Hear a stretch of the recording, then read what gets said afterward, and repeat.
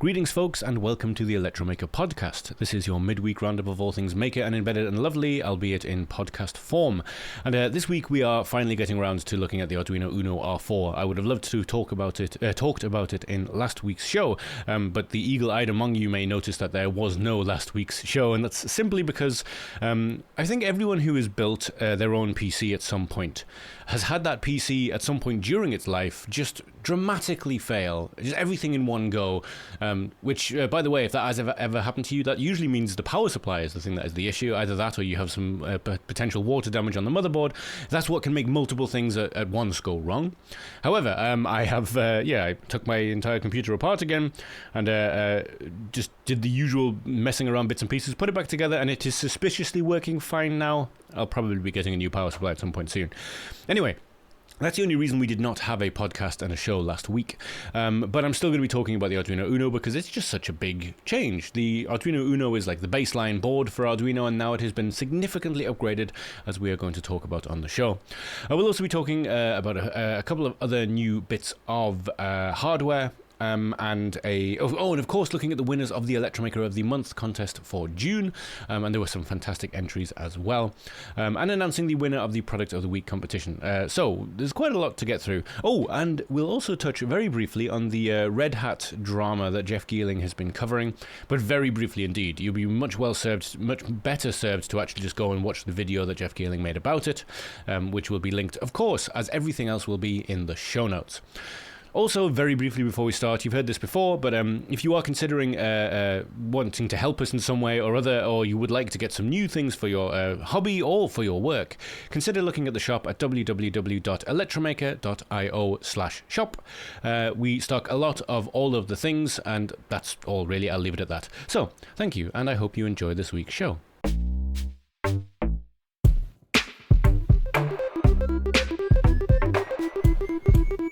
So we are, of course, beginning the show by talking about the Arduino Uno R4. R4 standing for Revision 4, but to call this a revision is a little understating what's happening here. The Arduino Uno has been completely redefined, and this is actually a sort of a big moment. I know there's a lot of hyperbole, people kind of saying this changes everything whenever any new piece of technology comes out or something changes, but for many people the Arduino Uno was the very first bit of maker kit they ever got their hands on, and for it to change so radically as you're about to see, is quite a big deal. However, one thing that of course has not changed is the very familiar form factor, because of course not. I mean, if they changed the form factor, then yeah, you wouldn't be able to make the shields work with it. I'm just going to try and find a better place to put myself so I'm not completely in the way of the Arduino website. So, as you can see, this is still the traditional Arduino Uno footprint, as it were, but it does look a little bit different. Now, we're going to come on to what's going on just here. Can you see my mouse here? In a moment. Because, yeah, the array of LEDs on there is quite interesting. But the first thing that you will notice is that we have an ESP32 chip on there. And I think a lot of people perhaps thought that Arduino were going to move into using ESP32 chips as a general thing. You want to add Wi-Fi and processing power to something, then use an ESP32. But that's not what they're doing.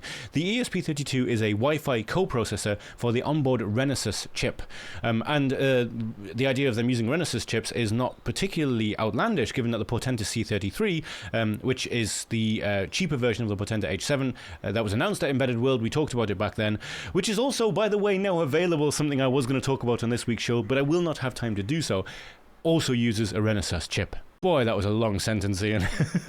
Anyhow, the reason that they are using the ESP32 as a coprocessor is because there are two versions of this new Uno. There is the Arduino R4 Wi-Fi, which is the one we are looking at, which costs, by the way, 25 euros, is available to pre-order, will be released very soon, which has this amazing looking LED matrix on it, which I think is just a really nice thing to have. LED matrices are something which are underrated in my opinion, especially ones like this, which are inline PCB LEDs in a stacked grid like this, and I'll explain why a little bit later. But yes, the 32 makes more sense when you see it in this perspective, because there's also a Minima version of it, which is 18 euros, which does not have Wi-Fi connectivity, but which does have the same Renesas chip. And since that's sort of the star of the show, let's have a quick look at what makes this such a big upgrade for the Uno. So let's very briefly take a look at the stats of the Arduino Uno revision 3, which is on the right side of the screen, to the Arduino Uno R4 Minima, which is the non-Wi-Fi version of the new Arduino Uno on the left side of the screen. And there's no way that I'm going to be able to do this and be anywhere useful on the screen, so I'll be back in a moment. The Rev 3 had the ATmega 328P, which is one of the first microcontrollers I imagine most of us worked with, if you got into it more as a hobby than an engineer. Whereas the R4 has the Renesas RA4M1, which is an ARM Cortex M4 chip. And there's a few other things that jump out straight away. USB-C, I know it seems so silly, but it makes me so happy that everything really is turning into USB-C. I am a big fan of the format. I know there are other people that don't agree with that. So let's look. We still have 14 digital I/O pins. In terms of PWM output, there's 6, and there's still 6 on this one. Analog input pins, there's 6 analog input pins on both. However, we now have a DAC. The Renesas chip has a 12-bit DAC output, which means you can get pretty good quality audio. I have a little sampler that I love using. It's a Volker sample by Korg. Cheap little sampler, but it is really wonderful. Sounds really nice, and is also only 12-bit. So yeah, you could get some really nice audio out of that, and of course that's the first thing I think of. So let's have a look. What else do we have here? Flash memory, 32 kilobytes. What's the flash memory on this one? 256 kilobytes of flash and 32 kilobytes of RAM. This had 2 gigabytes of RAM. So okay, so that's wait. This is a massive upgrade here then. So you're gonna witness first time how terrible I am at maths. Is that an 8-fold upgrade? 8 times 32? Is that Let's just pretend that is correct, and you can tell me how terrible I am at maths in the comments. This is a massive upgrade in memory, and of course a massive upgrade in operating speed as well. It's going from 16 megahertz up to 48 megahertz. And some of you will probably be standing there and saying, there's ESP32 chips that run at several hundred megahertz. What about the chips that the teensies run and all this kind of stuff? Look, that's not really the point. The Arduino Uno has always been the baseline. It hasn't needed to be particularly fast, and it's mighty fast enough to do most things that anyone starting out will need to do, and yet now it is up there with some pretty decent microcontrollers that you'll find in various other different use cases. But all of that is pointless. All of that is not important. All of that is against the grain here, because what you really need is an Arduino board that will work with the majority of existing Arduino things. And from what I can tell, this is hardware compatible with everything that has come before. And Arduino made a big point of saying they were porting over everything to make sure that it worked with all of the new hardware that they are using. And this is a 5-volt operating circuit development board, which is rare. But of course, the Arduino has always been a 5-volt operating operation level, and so there we go. Now, one thing I'm not sure is whether the pins are 5 or 3.3 voltage tolerant yet. I'm assuming 5 volt, but that's one thing that could be an issue. But other than that, this looks like a across-the-board fantastic upgrade. So I will leave it at that for now. I know this has been a bit of a whistle-stop, not really a deep dive, but we'll get to that later. Although, 2 other quick points before we do move on. You can attach a real-time clock to it now. There's a pin for that, which is nice. The input voltage tolerance is very different. I cannot remember what the tolerance is on the original Arduino. I believe it went up to 9 volts. You can now power this via the barrel jack, and I think through the V-in pin as well, at anything up to 24 volts. Do not quote me on that. Check the documentation first. Don't fry your new Uno just because some fool on the internet told you could. But yes, the Arduino Uno revision 4 is the biggest change that's happened to the original Arduino line pretty much ever. And everyone kind of expected this because the Arduino Nano had this massive upgrade from the original Nano to the BLE Sense 33 versions and various others, the RP2040 version as well. But yes, this is a really exciting thing to see, and it's really nice to know that people who will be buying Arduino starter kits from now on will be getting this incredibly densely packed board full of amazing possibilities. So, if you'd like to order one, they're available for €25, the Wi-Fi version for pre-order, and the Minima is available now for €18. And of course, there'll be links to all of this in the description. We're going to move on to talk about the latest evaluation kit from Nordic Semiconductor. Now, this one is quite an interesting one because it is a way to evaluate their MPM 1300 Power IC. And this is an IC designed, to do exactly what it sounds like, to give power to your projects. But it's highly configurable and it allows you to use a variety of different batteries. So let's take a quick look at it. Now, I am going to be very brief here. We have a packed show, and I just wanted to bring your attention to the fact that this thing exists, because getting power right in your project is a kind of key thing, especially if you're prototyping something that you want to maybe eventually take to being a product. Because, yeah, being able to get exactly the right amount of power to your project and to be able to use batteries efficiently, charge them safely, and, yeah, have a variety of customizable options, doing that completely from scratch is a bit of a nightmare. And I'm very lucky that I've never had to do that in a commercial environment, but I know people who have. Yes, this board appears to be a way of completely making that arbitrary, no, not arbitrary, but much simpler to do by the fact that they have a completely GUI-based configuration tool, which is called NPM Power Up, I believe. And again, this is Nordic. This is all part of the NRF Connect desktop. It's all free. If you want to know the real details of it, there is a blog post that I will be linking in the description, and of course you can head to Nordic's own site about it as well. So let's quickly look at what this is. So this is the chip that we're talking about here. This is their Power IC, and this board basically breaks out every single thing that you could do with it. And so in short, this is, as it says, it has code-free configuration with the NPM Power Up desktop app, and male pin headers provide access to all of the NPM 1300 PMIC connections for easy connection to Nordic development kits and external test equipment. And of course, this is a Nordic product. It will play nicest with other Nordic development kits and boards. But this is a general purpose Power IC as well. If you're already working with designs with a different MCU, there's no reason why this couldn't fit into your design. And yeah, as mentioned, you can sort of forget about configuring it, at least via code. You can do that, but you can do it via the GUI as well. The kit also has a few LEDs and push buttons, but the thing I found nice about it, quite interesting, is that you can use a variety of different kinds of batteries with it. If you're using batteries that have a negative temperature coefficient, I believe it's called, a safety feature built in, then it'll work with that. But if you don't, it can also account for the fact that that battery doesn't have that feature, and take care of it on the software side of things, I believe is how that works. Or hardware, but software within the hardware, if that makes any sense at all. It probably doesn't. So yes, Nordic's line is like the Lego blocks of super professional embedded kit, and it always has been that way. There's a reason why they had such a wide amount of respect and years of working in Bluetooth and BLE before they even brought a Wi-Fi chip into the game. And this Power IC, when you bear in mind how important to Nordic Semiconductor that they do things in a low power and predictable way, something that they've kind of prided themselves on forever. They are the name in Bluetooth Low Energy, for example. I think you can probably safely assume that their Power IC is going to be aimed towards being as efficient as possible. So yes, that is it. That is the new evaluation kit from Nordic. It is available now, and if you would like to find out anything more about it, of course, there will be a link in the description of this video. If you are enjoying the Electromaker Show, please make sure that you are subscribed to this channel, and if you like this video, click like. I know it gets boring when YouTubers ask you to do this kind of stuff, but there is a reason for it. After all, everything you see on YouTube, or at least most of it, is algorithm driven, and all that stuff really helps. But if you want to support us in a more traditional and concrete way, consider heading to electromaker.io/shop and looking at the vast array of both hobby development kits and professional embedded gear that we have up there. Whether you're looking to buy your first Arduino starter kit or something to do with Raspberry Pi, or 10,000 of something for your company, there's a large chance that we will be able to help. And yeah, it's the most direct way that you can support what we do. You may have noticed that unlike other shows, we don't have any inline adverts for stuff from other companies. We don't put adverts on our videos through YouTube either. In fact, if you've ever seen a YouTube generated advert on our video, that is something that is benefiting YouTube and not us, but that's fine, we're using their platform.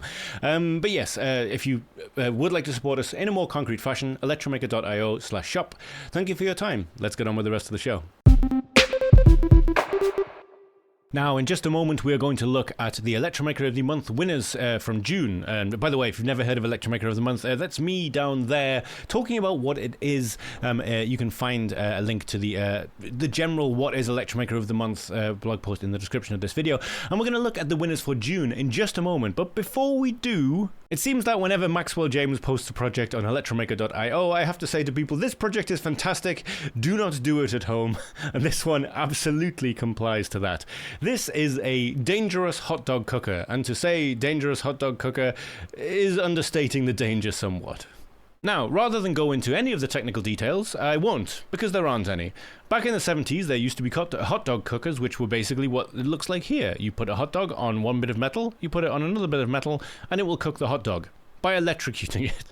By plugging it into the wall. In fact, there's a science experiment that you can do. You absolutely shouldn't do. You shouldn't mess around with power in the wall, but there's a science experiment you could do where you do the same thing with a salty dill pickle, that's I think they're called in America, or a pickle, of some kind, and it will light up because of the saline salt content of the water. Anyway, as I generally end up saying whenever I talk about Maxwell, he has a YouTube channel which is criminally undersubscribed. He makes frequent, very funny maker videos. If you're into that kind of thing, please do go and give him a subscription. This video is absolutely up to the same standard as all his of all his usual stuff. I think it was also a good excuse for him to 3D print something. Why not make an absolutely terribly dangerous hot dog cooker? And if you would like to see exactly what happens, yes, head and watch his video. Cooking food via electricity is fine. It's fine. Just don't do it. Now, moving on to announcing the winners of Electromaker of the month for the month of June. Just in case you aren't familiar, we give prizes away every month to people who put projects on our website. If you have a free Electromaker account, you can put up whatever you are doing. It's a documentation process is what we're interested in. And so if you have just bought your first Arduino and you're learning how to make the LED blink and you document it, you have just as high a chance of winning as someone who is making something quite extravagant. The whole idea is that we're looking for passion, clear documentation, people who are very passionate about what they're doing and want to show it off, or want to teach others. And in fact, the winners this month cover pretty much all of those brackets. So let's look at the winners. In first place this month is the Arctos 3D printed robotic arm, and this one really speaks for itself. Let's just watch this video briefly, because this looks like a very professional robotic arm. It looks like something that you might actually buy for use on a production line. It is a 6 degrees of freedom robotic arm, but still, yeah, one that looks very fancy indeed. Yet this is not something that will completely break the bank. This is something designed to be created yourself. It's 3D printed parts and a very cheap set of componentry to put inside it. And again, some might wonder, well, what's the point of making such a beautiful looking robot if you're going to put cheap parts in it? Well, the idea is that this is accessible. You can get the 3D printed parts from Arctos. It is actually something that they're hoping to start doing, and they've built it around hardware which is easily available.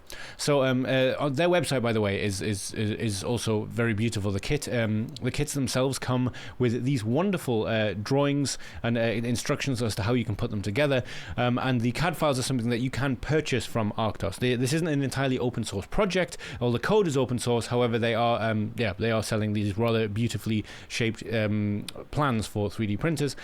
But the bill of materials is an interesting thing because they have worked it around a basic kit for what you would use to make a robot, and then they discovered later, because the bill of materials, by the way, the bill of materials is just available. Like the 3D printed parts is the thing that they are selling. They will be selling full robot kits eventually. They will be selling just the 3D printed parts if that's something that you would like to buy.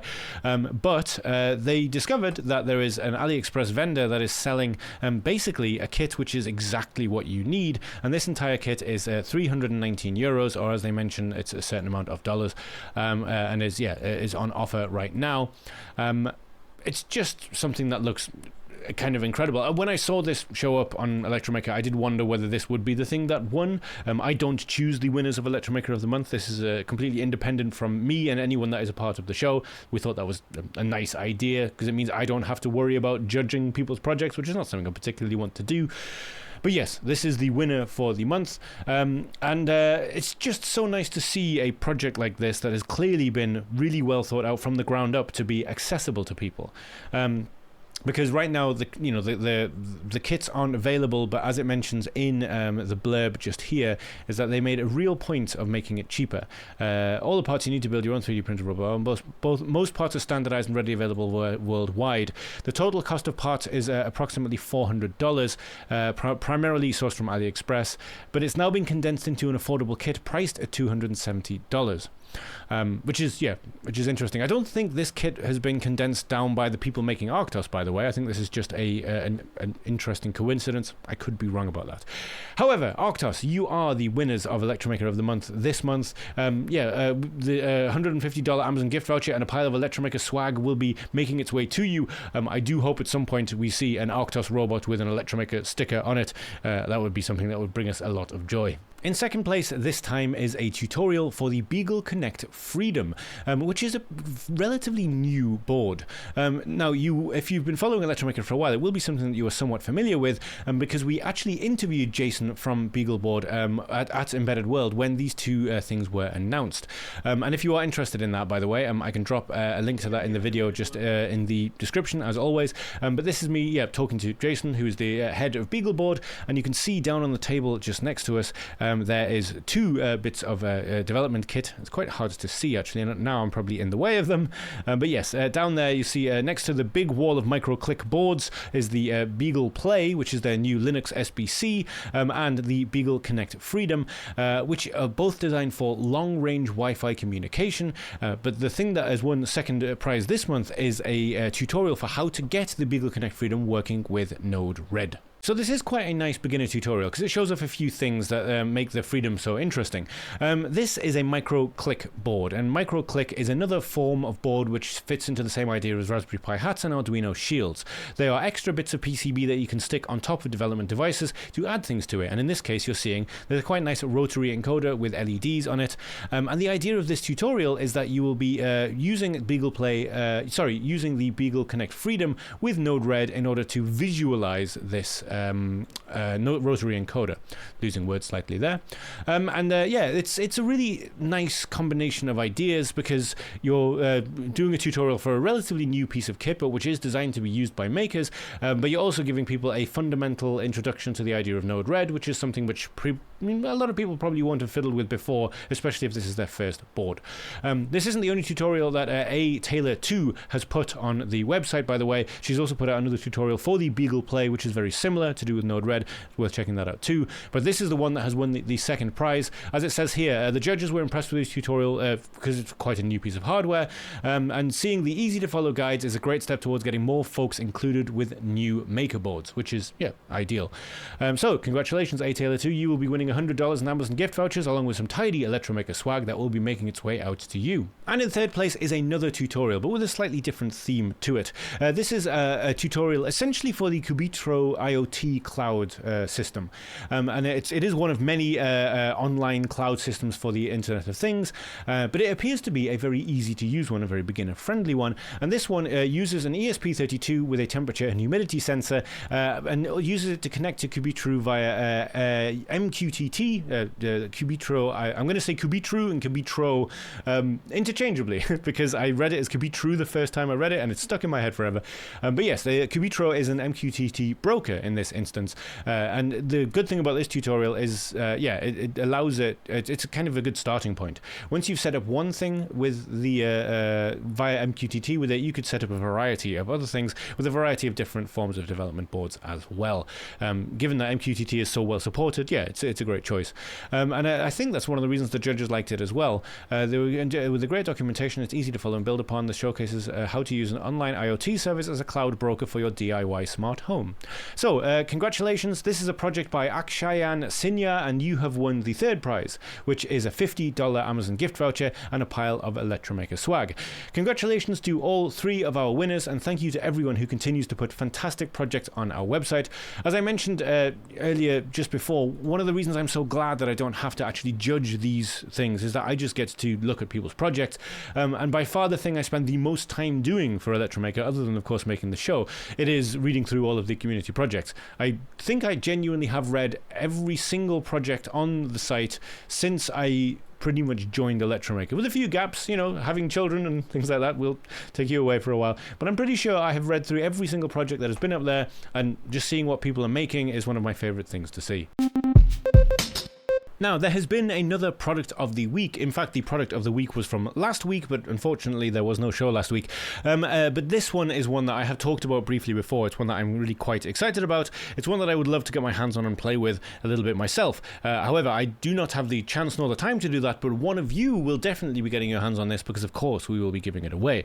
But we're getting ahead of ourselves slightly. The product of the week this time is the NRF5340 Audio Development Kit. That is Nordic's audio development kit featuring their system on chip for Bluetooth Low Energy. The NRF5340, which at the time of it being made was the flagship. Of course, they have just announced the NRF54 series, but that's still very, very new with only one chip available.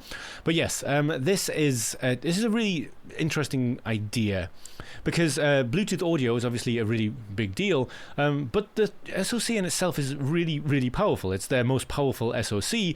It has Bluetooth connectivity. So sure, you can send audio over Bluetooth, but you could generate audio on it.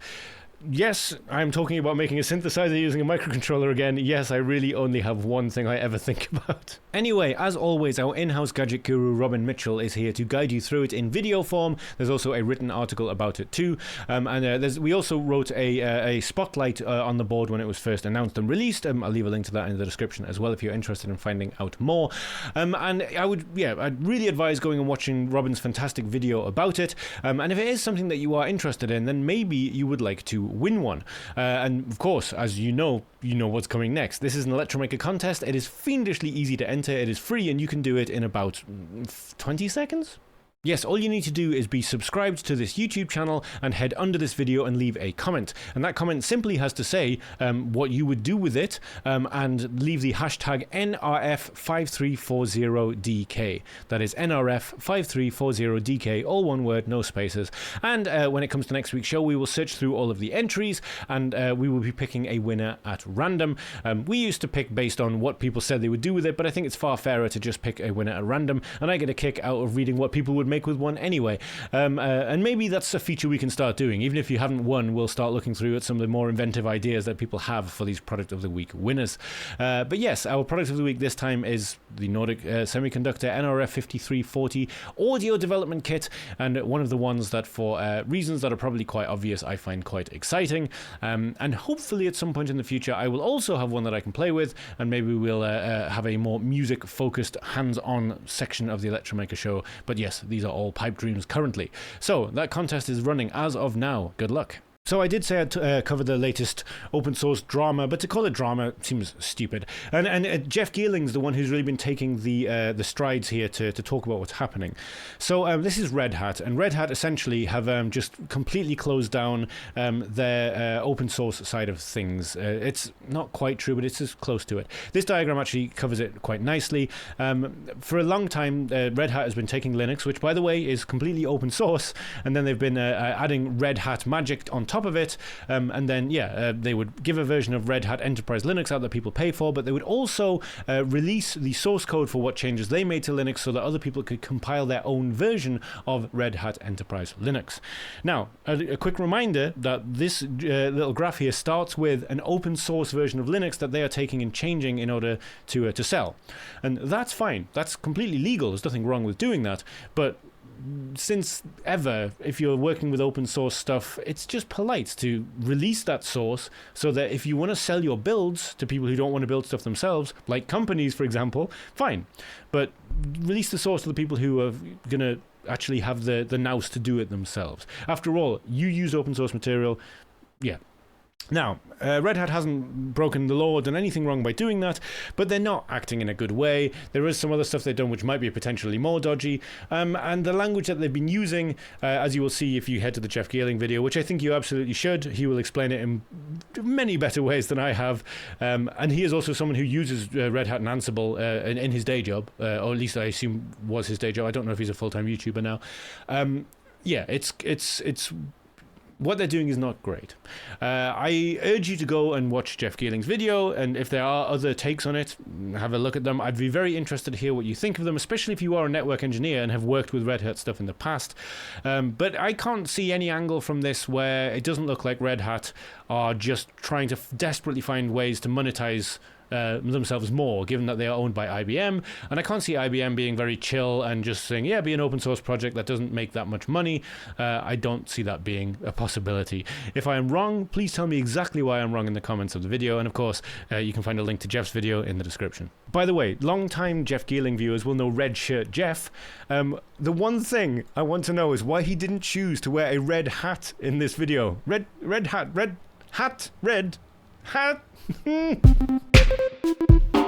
So that was our podcast for this week. Thank you so much for joining me, as always. Thank you to all of you who download the show in your thousands every week. It really does mean a lot to know that many of you have this as something in your regular rotation. And I, as always, I'm very interested to hear people's feedback on the show, things that they thought were good or bad, and things that you would like to hear more of. As always, you can contact me at ian@electromaker.io. But probably the easiest surefire way of getting me is to join our Discord server. There will be a link to that in the show notes. There's also a link to that right at the top of electromaker.io. Because on Discord, you can drop into the regular server, but you can also just send me a direct message on there and just sort of maybe put in the first line of that message that you are a podcast listener, so I will know, because I do occasionally get lots of random messages on Discord from time to time. Yes, I hope you enjoyed the show this week. I will be back to chat to you next week. Take care. Have a good one.